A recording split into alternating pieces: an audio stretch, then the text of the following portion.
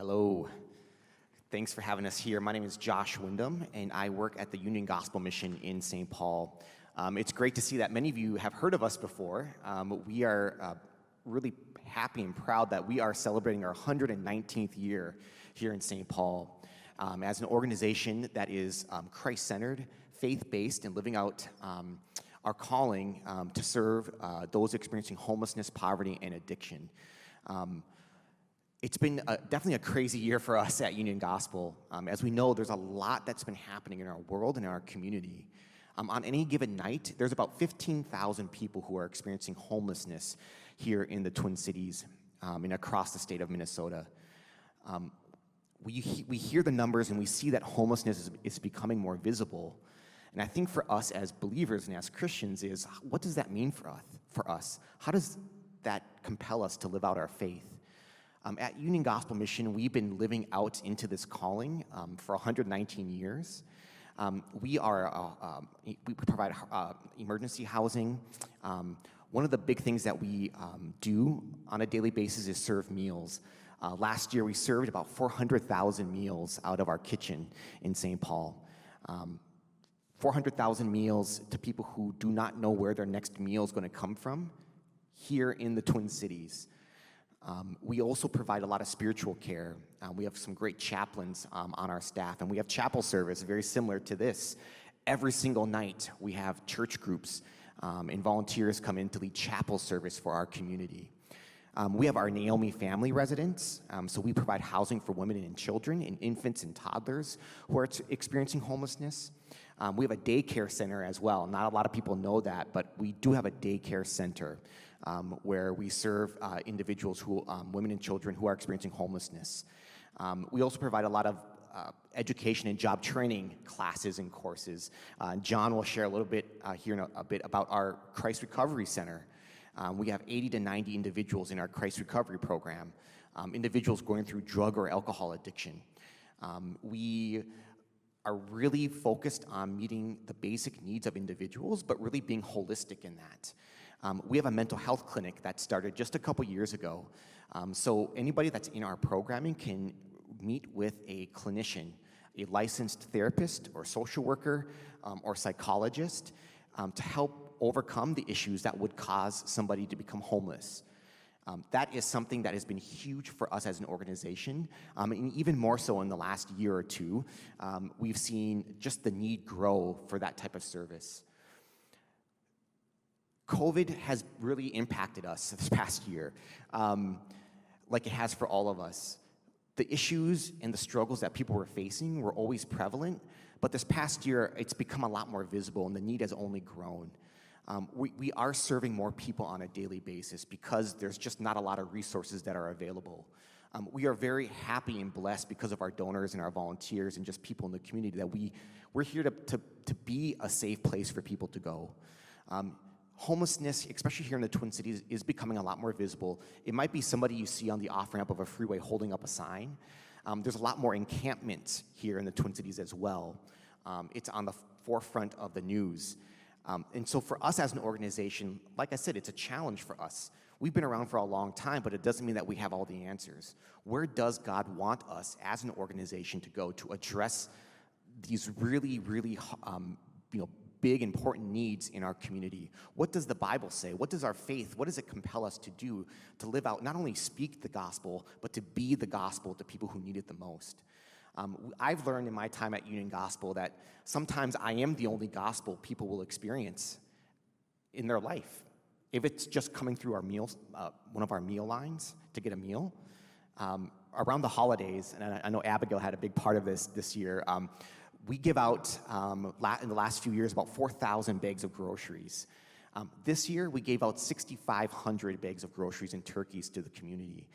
We saw such a huge need, more so than we could even imagine.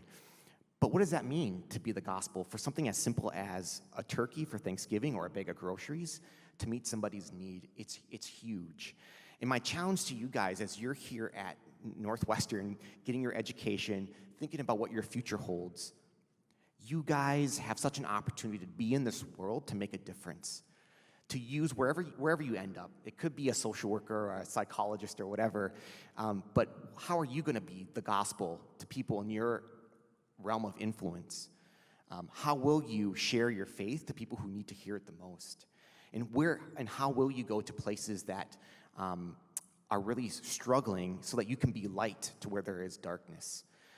And so with that challenge to you, I just encourage you, if you ever want to know more about how to get involved with the mission, we have a lot of volunteer opportunities. We have partnered with Northwestern University a lot over the years, but there's ways to come down and serve a meal for individuals, for even groups. To come down and serve. I mentioned we have chapel services, there's Bible studies, we have a daycare center. We also have internship opportunities available as well. So there is a lot of ways to get connected. And when Abigail shares too, even after this chapel, we would love to connect with you if you have any questions about how to get involved or just about our ministry and our program as well. With that, I'm going to hand it over, and John from our recovery program will share his story. Hey guys, I'm John.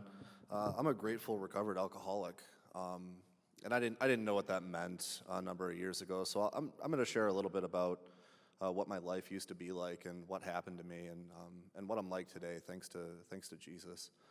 I grew up with a pretty regular childhood, stereotypical American dream. I was pretty privileged. I had a parent who was an alcoholic, but as a kid, I didn't know what alcoholism was. People didn't really talk about it. I just knew that I didn't like some of the behaviors that I saw in my parent. So I had an experience living with my mom and then, spending time with my dad. My parents were separated at a young age. And so I got two depictions of different types of Christian families. My mom's family, my mom being the alcoholic, where we were a Christian family, but that was where it stopped. We didn't go to church. We just identified as that, and there was no action behind it in our lives. But I was blessed to have a different experience going to my dad's. We would go to church, and we would spend time meditating and reflecting after church on what the message was and what Jesus was trying to do in our lives. So I had this contrast, and with that came a choice. And growing up, I excelled in school. I was all honors AP through high school. I stayed away from drugs and alcohol. I played in a band. I just had a pretty happy growing up. But the reason that I stayed away from drugs and alcohol wasn't because it was what was good for me or it was the life that I was supposed to live with Jesus. I had an experience in high school that caused me to turn away from the church. And I didn't go out and actively choose to operate in Satan's kingdom and put him on the throne. I chose myself. I chose to not engage in the battle between good and evil. And what I've learned recently is not making a choice is still a choice.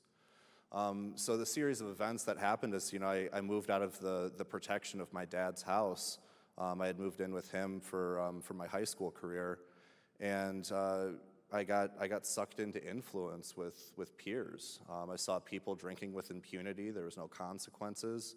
And I was confident that my own willpower would be enough to, not end up, an aggressive or depressed alcoholic. And I didn't realize what was happening. It was like a frog, in a pot of water that's boiling on the stove. And after 2 years of that, I was only 20 years old. I was working as a nurse's aide in the healthcare field, but I couldn't make it home without buying alcohol. I wasn't capable of processing my emotions or any past trauma in my life. And I had friends that co-signed on that with me. I had a partner of 10 years, and we did this together. We were codependent and alcoholic together. So while I didn't feel alone, I still felt very alone. And through this process of, this retrospect that I get on the enemy working in my life is clear today, but it wasn't then. And I'm grateful today for my experience as an alcoholic, but when I'm in the storm and I'm not paying attention to Jesus and I'm not aware that he loves me regardless of the things that I've done, then the only focus I have is on the storm in front of me, and I start sinking. And I wasn't aware that was happening. I felt hopeless. I felt depressed. I was, selfish and self-centered and ego-driven, and all I cared about was, getting numb from my feelings. And, eventually it led to this series of consequences in my life. My partner and I split up. She had gotten sober, and I wasn't capable of staying sober. I was depressed. I hated myself. And I sought AA. And, where I have this memory of being spiritual and religious as a kid, I looked at that like it wasn't possible for me to get that back. But when I stepped into AA, they talk about a God of our own understanding, so I quickly adopted anything but Jesus. And the consequences were, I was recreating God in my own image. I had this idea of God, and I put it in a shoebox, and I slid it under the bed and went, cool, I got that. And the reality was, I went to my first 30-day inpatient treatment in Madison, Wisconsin in early 2019, and I got some more self-knowledge, and I got some more psychological tools to help me. And I figured, well, I'm an intelligent guy. I can read this big book, I can follow these instructions, and I can start living this spiritual path. And it worked out for about 6 months on my power. And I was feeling really good, but the deception, it snuck back into my life. Because as I started to feel better, the enemy started speaking in the back of my mind in a way of, well, you're better now. You don't have to keep doing this living by spiritual principles. You're fine. And eventually I ended up drinking again. And this, I don't know if you guys know much about alcoholism, but this peculiar mental twist, this obsession is once I had that first drink, the only thing I could think about was continuing to drink. So things worked out for about a month before it became obvious to my friends and my family, and then I was right back in a state of constant shame and hiding. I went back to another 30-day inpatient treatment, and I was concerned I wasn't going to get a lot out of it, but I was dedicated, I was interested. If you had put me on a lie detector test, you would have believed me when I said that this is it, I'm done. I'm done with living this old life. I want to have a life in my future. I've got a 2-year-old son. My son's enough for me to live for. And the reality was I stepped out of the situation and the same thing happened. On my own power, I was capable of making it about another 6 months. And this happened at the beginning of this past year with all of this COVID stuff. And, what I realized was, I was invested in AA, I had good sponsorship, I had community, I had friends, and I had an accountability team. I had a therapist I'd been working with for 2 years. And what slowly started happening as COVID happened, my therapist of 2 years moved to a new job, my home group shut down, my sponsor quarantined because he's a little bit older, and the icing on top of it was the first death in my family of somebody that I was close to happened. My grandfather died. And I didn't have this community support that I needed. And it wasn't, hindsight is 20/20. I didn't realize until after more consequences that I wasn't relying on God in my life. I was relying on people and my own intelligence to keep me sober. So it all climaxed in 2 months of drinking, and I'm driving a U-Haul to my dad's house in northern Wisconsin because my roommate situation's not working out, and I've got to move back home with my dad. And I'm just feeling shameful and depressed, and I start drinking while I'm driving this 10-foot U-Haul. And on the highway going somewhere between 60 and 70 miles per hour, I crashed this 10-foot U-Haul and flipped it end over end. I don't remember getting pulled out of the truck. I don't remember the ambulance ride to the hospital. I don't remember them doing an MRI on me. I just remember waking up on a table, and I'm a little banged up and got a couple of scratches on my leg. And the doctor's looking at me, describing to me the horror of this accident and how the police officers and the paramedics and the doctors have no clue how I got out of this situation, basically unscathed. And I just had this pit in my stomach that I was the only person that knew how I survived that, and it was God. What happened after that was nothing short of a miracle. I'm in Wisconsin. I've never heard of the Union Gospel Mission. I've never heard of the Christ Recovery Center.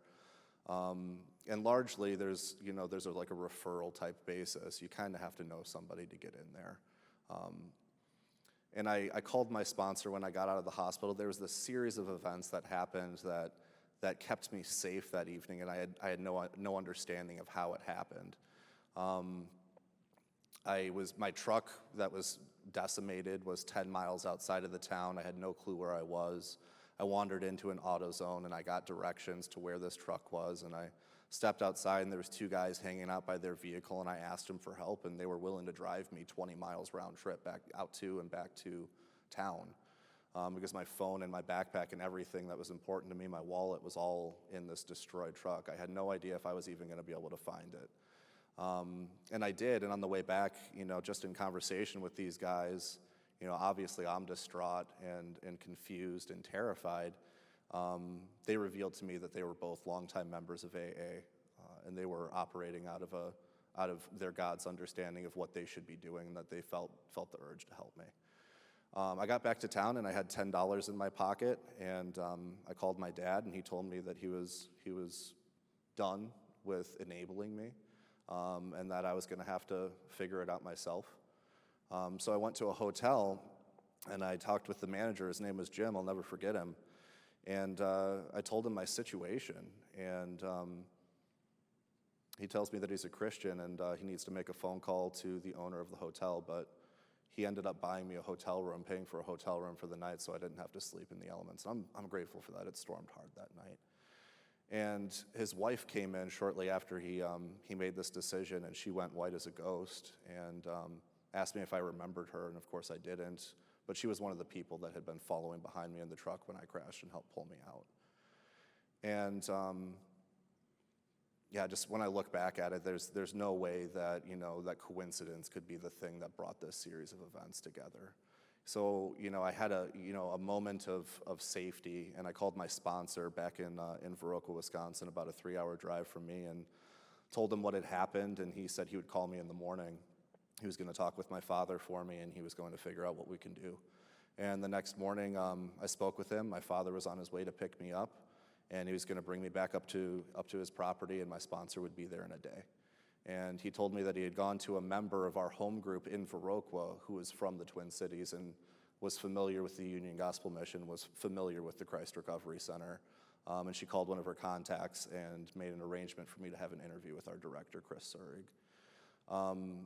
So long story short, within 3 days of crashing this vehicle and being in a situation that I shouldn't have made it out of alive, I was at the doorstep of the Union Gospel Mission, terrified, feeling hopeless, and just wondering if I'm ever going to be capable of being sober and living a fruitful life. And I went in for an interview, and our director asked me to share a little bit of my experience with him, and I did, and the commonalities between us were striking, between the path that our addiction took and how it had taken most things from us. Then he, asked me what I was willing to do, and I told him I would do anything. And I knew it was the Christ Recovery Center. I knew that I had prejudice that I needed to deal with in regards to the church. And I was grateful to be in a safe place where I could ask those questions and have them answered. I had questions that I never thought that I would have answered in my life, but they put a big book of Alcoholics Anonymous in my hand, and they put a Bible in my hand, and they said, "This is our curriculum." And I said I was willing to do anything, so I did. I sat in quarantine for 10 days, and in that time I got to meditate. My chaplain dropped off a book called the Ragamuffin Gospel for me, and it sat on my bed for about 3 of those days while I scoffed at it. And then I started reading it, and almost every other page there was some variation of this message of God loves you regardless of what you've done in your life, and he's there for you if you can just turn around and accept him. And I did, and I got answers to these questions that I never thought would be answered. How do I talk to God? What does having a relationship with God look like? What does getting to know his son look like? How do I welcome that into my life? And this was 7 months ago, and I'm not the same person today that I was then. I was terrified and shameful.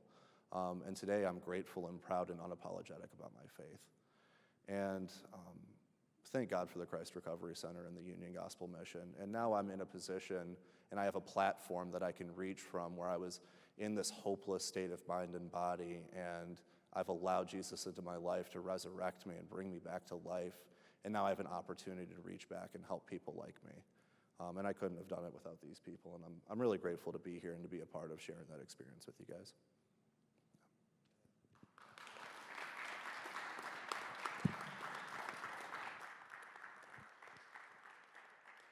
Praise God. So my name is Abigail, and like Justin said, I am actually a recent graduate of Northwestern. I graduated in 2019. And since then have worked at some different nonprofits, but actually during my time at Northwestern, I interned with Union Gospel Mission. An internship didn't exist, and I basically went to the staff and asked them to create one for me. And it was after about a year of being graduated that they reached out to me with an opening, the opening that I'm in now. I'm our events and community outreach coordinator, and this is my job. This is what I get to do, is be a part of this gospel transformation. And so I sometimes get questions, why are you at a homeless shelter? So, we work with individuals experiencing homelessness, and like Josh talked about, we work with moms and women and children, and then also we have a large men's program with our Christ Recovery Center, our discipleship program, and then also our Bethel Hotel, which is more geared towards individuals who are coming off the streets, kind of the top of the funnel to get people involved and engaged in our programming. So we serve 3 meals a day, 7 days a week, and kind of something that Josh talked about was this increased need that we've seen during the last year with COVID. And one thing that someone said that really resonated with me is homelessness doesn't take a day off. And it's really easy to observe a stay-at-home order when you have a home to stay at. And so really the needs and the individuals that we've seen, I think, personally in my own life, I've seen it in the news, the encampments, things that are becoming a little bit more forward-facing in our communities, that we're becoming aware of some of these situations. And one thing that really has stuck out to me during my time in college and beyond is getting to know the individuals behind these numbers and behind these stories. That 15,000 people. Well, what does that look like? How does that work? It was really after interning with Union Gospel Mission and kind of getting on site and seeing the workings of what's going on. It was a really uncomfortable position for me to be in for a while. It is not something that I was used to. I grew up in the suburbs of, the Twin Cities, and definitely very privileged. And so to push myself and to put myself in someone else's shoes was really, really impactful. And that's when I knew that this was something I wanted to do, and this is what I wanted to do with my life, and to be able to share these stories and encourage people like you guys that you can make a difference. You don't have to have a lot of money or be super influential to be able to be impactful in someone's lives and in the lives of those who are suffering and experiencing the issues of homelessness. So I would encourage you, if that is something that you would be interested in, you feel free to talk to myself or Josh. We'll be around after, just up on stage. Feel free to reach out to us. Email anyone at Union Gospel Mission, and we would love to get you involved. Come out, serve a meal. Super easy, but again, something that we have a great need for, and that we're doing 3 times a day, 7 days a week. And it's a really cool opportunity to see into the lives of someone else and to put a face to the issue of homelessness. It's when, hearing the stories of people like that have gone through this, and it's not out there, it's here. But for the grace of God, there go I. And so, something that I would really encourage you is to engage in learning and go deeper. Listen to the stories and be attentive to the situations that God is putting around you. Come out, serve a meal with us. We have internship opportunities like Josh mentioned. We do item drives where we're providing for some of those basic felt needs for the individuals in our programming. We serve lots of meals for Thanksgiving, and so, coming out and volunteering in those capacities, we would just encourage you to get involved in some way to push yourself and and see the world from a different perspective, because it will change you. If you allow God to show you the world the way that he sees it, it will change you. And I'm living proof of that. And John and Josh, we are all walking testaments to gospel transformation. And that's something that we love to see and are blessed to be a part of, and we encourage you to be a part of that as well. So, like I said, we'll be here after chapel. I know that you guys probably have a class to run to. That was usually my story. Had to run all the way to the KTIS building. But do encourage you to dive deeper. So let me pray for us. Father, I thank you so much for the opportunity that we have to engage with the community that you have placed us in, and to go deeper with the stories of individuals, God. We are your children, and I thank you that you don't give up on us. Even when we've given up on ourselves, God, you pursue us, you passionately pursue us and call us back to yourself. I thank you for programs like Union Gospel Mission, where the gospel transformation is able to be seen and to be lived out. God, I pray for the students here, that you would touch their hearts and encourage them to engage in new ways, that you would bless them and encourage them to be blessings to the community around them.